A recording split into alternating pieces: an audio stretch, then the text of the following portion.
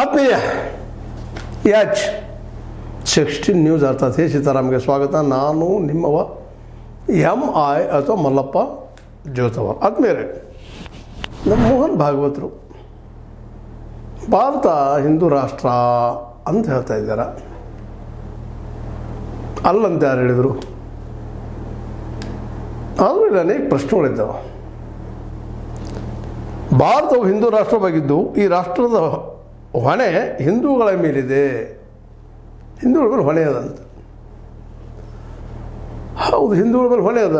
ಈ ದೇಶದ ಎಲ್ಲ ಪ್ರಜೆಗಳ ಮೇಲೆ ಹೊಣೆ ಅದ ಈ ದೇಶ ಉಳಿಸ್ಕೊಳ್ಳುವಂಥದ್ದು. ಇದರಲ್ಲಿ ಎಲ್ಲ ಜಾತಿ ಧರ್ಮ ಎಲ್ಲರೂ ಬಂದವರೆಲ್ಲ ಹಿಂದೂಗಳು ಅನ್ನುವಂಥ ಒಂದು ವಾದವನ್ನು ಬಹಳ ನೈಸಾಗಿ ನಮ್ಮ ಮೋಹನ್ ಭಾಗವತರು ಹೇಳ್ತಾ ಇದ್ದಾರೆ. ಆದರೆ ಇಲ್ಲೊಂದು ಅಪಾಯದ. ಭಾರತ ಹಿಂದೂಗಳ ರಾಷ್ಟ್ರ ಹೌದು, ಆದರೆ ಮನು ರಾಷ್ಟ್ರ. ಇದನ್ನು ಕ್ಲಾರಿಫಿಕೇಶನ್ ಕೊಡ್ಬೇಕಾಗಿದೆ ನಮ್ಮ ಮೋಹನ್ ಭಾಗವತರು. ಮನುವಿನ ರಾಷ್ಟ್ರ ಏನು ಹಿಂದೂ ಅನ್ನೋದು ಸ್ಪಷ್ಟೀಕರಣ ಬೇಕಾಗಿದೆ.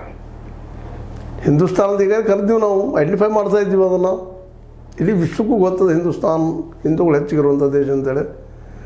ಆದರೆ ನಮ್ಮ ದೇಶವನ್ನು ಹಿಂದೂ ಧರ್ಮದೇನಿ ಹಿಂದುತ್ವದ ಬಗ್ಗೆ ಮಾತಾಡ್ತಾ ಇದ್ದಾರೆ ನಮ್ಮ ಮೋಹನ್ ಭಾಗವತರು.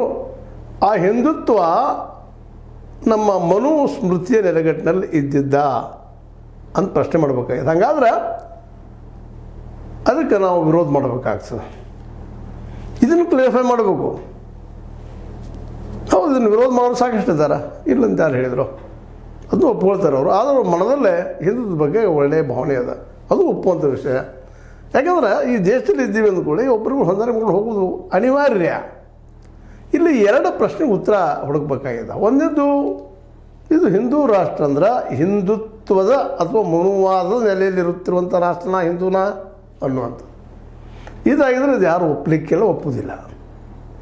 ಯಾಕಂದರೆ ಇಲ್ಲಿ ಜಾತಿ ಧರ್ಮ